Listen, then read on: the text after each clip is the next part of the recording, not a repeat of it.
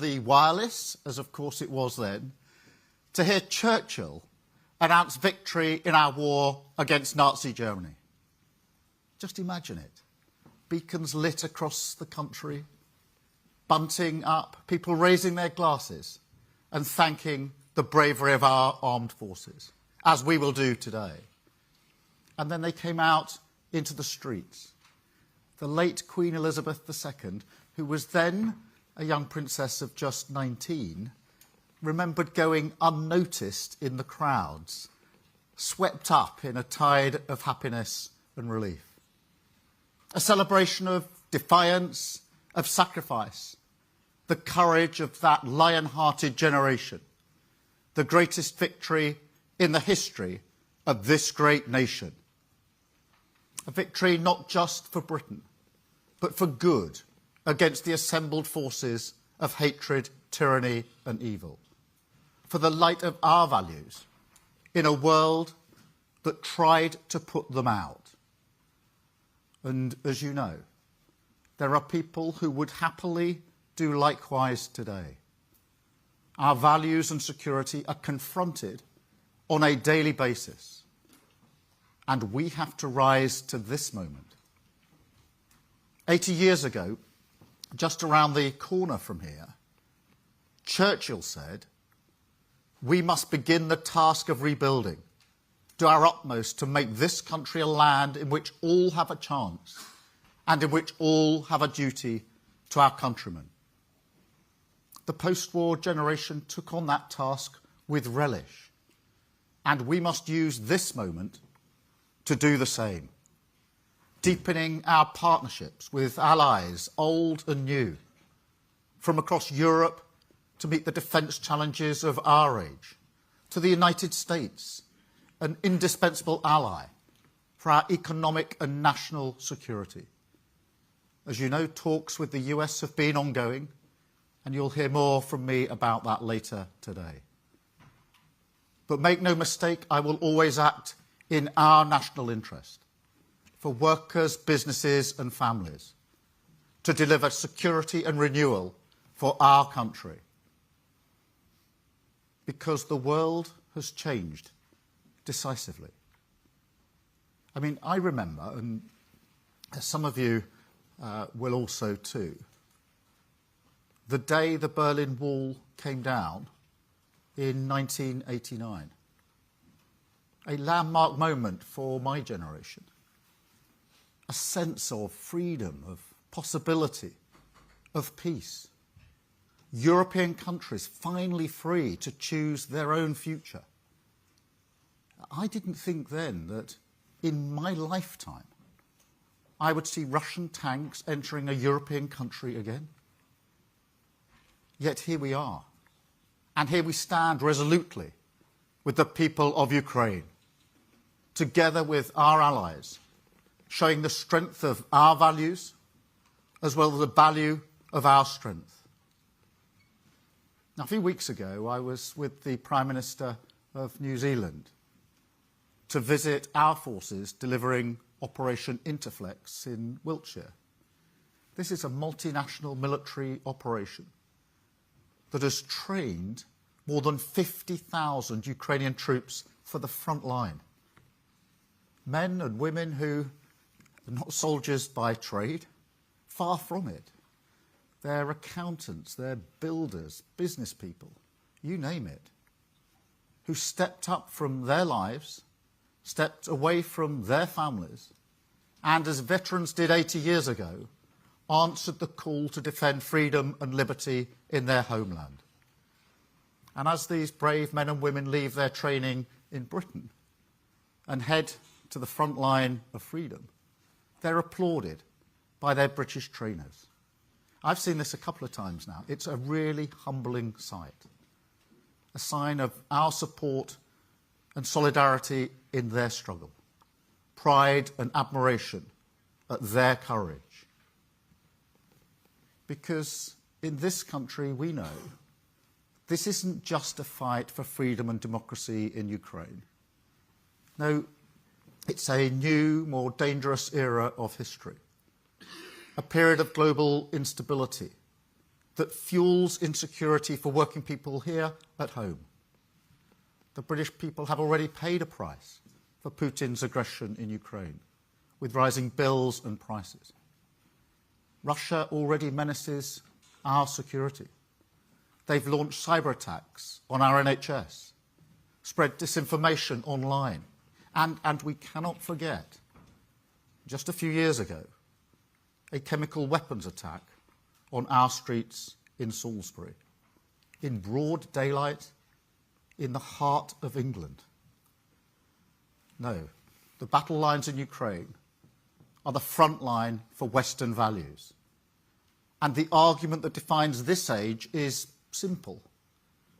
National security is economic security. And that's why we're boosting defence spending, with the largest sustained increase since the Cold War, an increase of £13.4 billion year on year compared with where we are today. Not just meeting our commitment to spend 2.5% of our GDP on defence, but bringing it forward to 2027. And alongside that, a new ambition for defence spending to rise to 3% of GDP in the next Parliament. And look, I want to be clear, this investment has two objectives. Yes, of course, the first goal is always the safety and security of the United Kingdom. But the second is to create jobs, wealth and opportunity in every corner of our country. Secure at home, strong abroad. You know, at times like this, there's a lot of talk about the end of the peace dividend. Well, our task now is to seize the defence dividend, felt directly in the pockets of working people, rebuilding our industrial base, creating the jobs of the future, the skills for the next generation, from the shipyards in Scotland to the missile systems built in Stevenage and Belfast, the artillery barrels made at Sheffield Forgemasters, and the land vehicle developments in Wales. Mark my words, the British defence industry will be the engine of national renewal. Because this isn't just about increasing our defence spending. It's also about reform and rebuilding. And in coming weeks, we'll publish a first-of-its-kind root and branch strategic defence review. It will scrutinise every aspect of defence to determine how we can best meet the threats of today and return Britain to warfighting readiness, alongside our national security strategy and our defence industrial strategy. We will set out a major overhaul of the British armed services, starting by treating our armed forces with the respect that they deserve, delivering the largest pay rise for over 20 years, and good homes for service personnel and their families. But also the biggest shift in mindset in my lifetime, to see security and defence not as one priority amongst many others, but as the central organising principle of government, the first thought in the morning, the last at night, the pillar on which everything else stands or falls. Because, as in 1945, this has to be a collective endeavour, a national effort, a time for the state, business and society to join hands in pursuit of the security of the nation and the prosperity of its people. So whether you're a world-renowned business or a smaller family-run firm, you have a vital part to play in boosting Britain's defences. That's why we've launched a new unit to help SMEs get their foot in the door of the defence supply chain. Because I'm clear, the future belongs to the innovators. Take the announcement made just last week, Storm Shroud drones, flying as uncrewed guardians to RAF pilots and crew. Now, for the first time, made in Britain. An investment that supports hundreds of highly skilled jobs, boosting our capabilities for the modern age of drone-based warfare. Possible only because of industry and military working together. Or take the submarines that we're building in Barrow. This is personal for me, not just because I was there in Barrow at the keel-laying ceremony in March, not just because I met the workers and the apprentices in Barrow and saw for myself what it means for them, and of course the 42,000 jobs it supports up and down the country. It's also personal because just a few days before that visit, I went to the Firth of Clyde as another boat made in Barrow, a Vanguard-class submarine, was coming in off a record-breaking patrol. We boarded the sub, met the crew who had been at sea for months on end. And meeting those remarkable men and women is something I'll never forget. There is no greater duty than the one that they carry. No task more vital. Our security, NATO's security, depends on them. They are the quiet custodians of the nation's greatest capability, part of an unbroken watch that's been maintained for 55 years. And in this moment, it's time for the rest of us to step up and rebuild our country, leading the world in the opportunities of the future. Recently, I visited the Carrier Strike Group off the coast of Cornwall and stayed aboard overnight HMS Prince of Wales. It was frankly humbling to see F-35s taking off with just 100 metres of deck to take off and then returning and hovering to land on a sixpence. So imagine how I felt later the very same day when I then went to see the apprentices at Rolls-Royce who'd made the engines for those very F-35s. And we need to keep those apprentices busy, very busy. And mark my words, we're going to do that. With the most ambitious programme of work to secure and rebuild our country since 1945. Take an example. Today I can announce a £563 million contract to maintain Britain's fleet of Typhoon fighter jets, the backbone of Britain's air defence. Proudly part of the flypast for VE Day that you may have seen on Monday.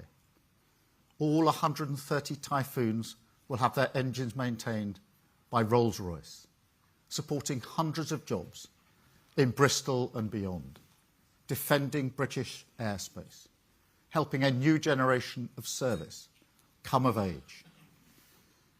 And just imagine what that means for a young apprentice aged about 18, entering into the workforce with a good job. The pride of that work, that's a pride I understand from my dad, of knowing what you do, what you make, matters. The pride of following in the footsteps of local families who've been the backbone of their communities for generations.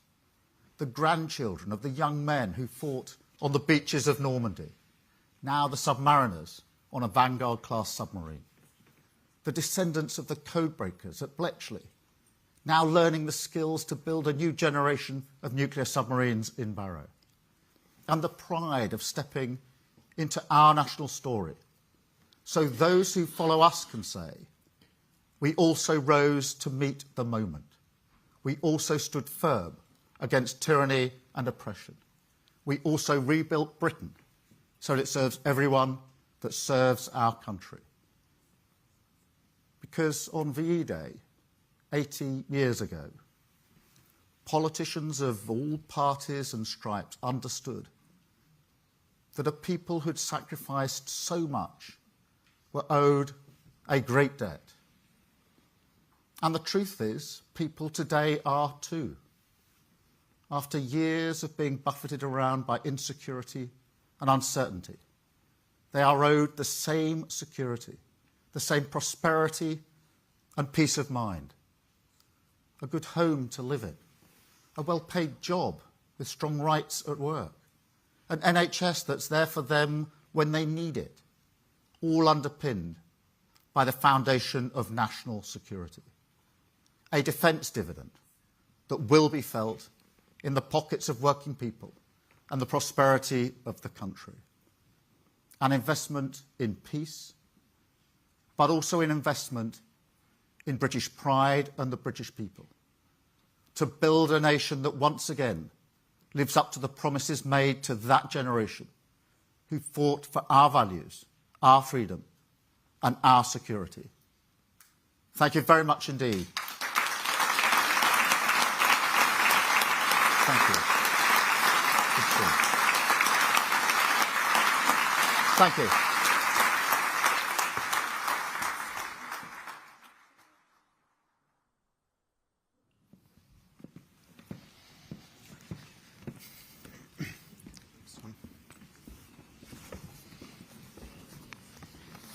Well, good morning, ladies and gentlemen. My name is Kshitij Kapoor. I'm the President and Vice-Chancellor of King's College London, and it's my pleasure to welcome you to the